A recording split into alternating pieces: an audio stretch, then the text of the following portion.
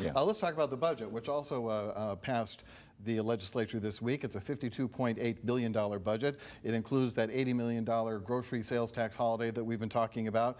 But it was interesting. It also includes $500 million in bonds for an NFL stadium, a new NFL stadium for the Titans.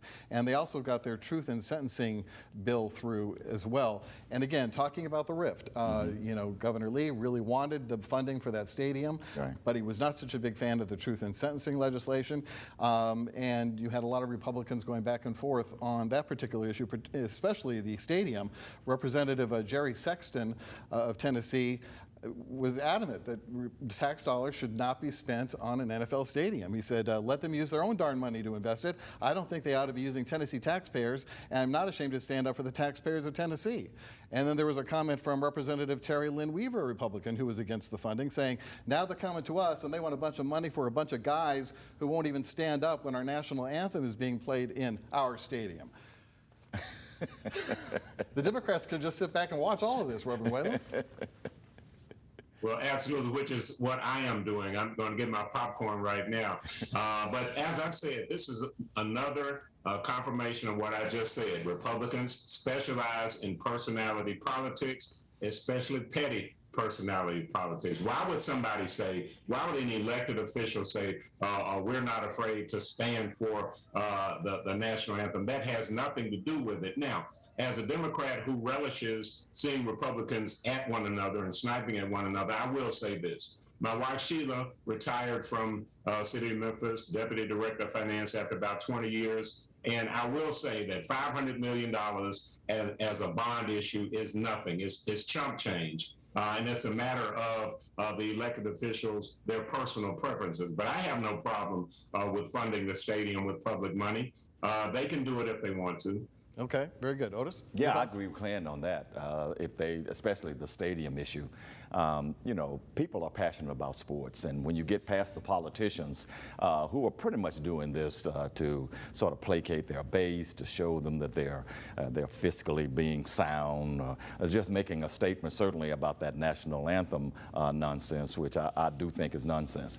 But people are passionate about sports, and this is really not a good time to be trying to alienate the Tennessee Titans in Middle Tennessee.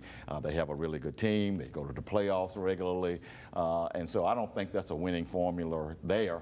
Just as if you wanted to disagree with you know, paying money for the Grizzlies, which we may talk about a little later, it's not a good time to do that. The truth in sentencing bill is one that I'm looking to see what Governor Lee does with that, Richard, because there's a likelihood that he may not sign it, may just let it become law without his signature. There has been a lot of disagreement in the Republican Party about that truth in sentencing bill, and I'll be interested to see how that turns out. Okay, and we should tell folks at home, if they don't know, the truth in sentencing bill basically says if you're required to serve such a 25-year term, then you better fulfill the whole term. Yeah, you have to do 100% of that. And a lot of Republicans, and Bill Lee, this is one instance where Bill Lee is acting more like a moderate Democrat here, because he is trying to help with inmates who come out of prison early and get them back on the road to some prosperity, if you will.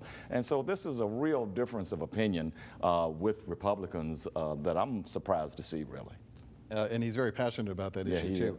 All right, so one other thing I want to talk about in this whole arena, and that is congressional candidate Morgan Ortagus. She is a Republican who was the State Department spokesman under the Trump administration. She moved to Tennessee in 2021, last year, and wanted to run for Congress, as we've been telling you, even though this is a Nashville congressional district we're talking about. They've got a slew of Republicans who want to run in that particular one of those races, and the party voting this week to oust 3 of the candidates. She was one of them, and that's the one that's getting a lot of fire because she obviously, being a spokesperson during the Trump administration, had received Trump's endorsement to run in that race, and now a lot of his supporters throughout Tennessee are fit to be tied about this. Well, in my view on this one, the Republicans in Tennessee went to a lot of trouble and a lot of time to actually gerrymander that District 5 to get rid of Jim Cooper, the Democrat, because they put a lot of Republicans into that district. So now that they can have 8 Republicans in Congress and just 1 Democrat, which would be Steve Cohen. They did all of that. They want to see someone who is homegrown in that district and not some, for lack of a better word, interloper coming in from out of state, only been here a year or 2 and taking that seat, whether that person is endorsed by Donald Trump or not. They want to see some local person get that seat, and that's why they are doing this to Ortegas and the others. And that's the thing, Reverend Whalum, you know, we assume Republicans lately will just blindly follow whatever the former president would suggest or endorse, but as Otis is saying here, that's not necessarily the case. Well, I wish I could agree with Otis in terms of people not wanting the interlopers or the carpetbaggers to come in and take over those prime political positions. But as I understand it, Richard, President Trump is planning to do an appearance in Memphis sometime soon. And man, I'd be willing to bet that whatever Donald Trump says, the local Republicans would fall right in line with whatever it is he wants. I think it's a frightful thing. It's a frightful development to realize that we have a man who literally fomented a violent insurrection in our nation's capital, who is still traipsing around the nation, gathering support and garnering support and supporting other people who are quite likely to receive a lot of votes because Donald Trump said so. It's hard for me to fathom, Richard. All right, well, we understand that rally is going to be in South Haven, probably at the Landers Center, but that has not yet been confirmed.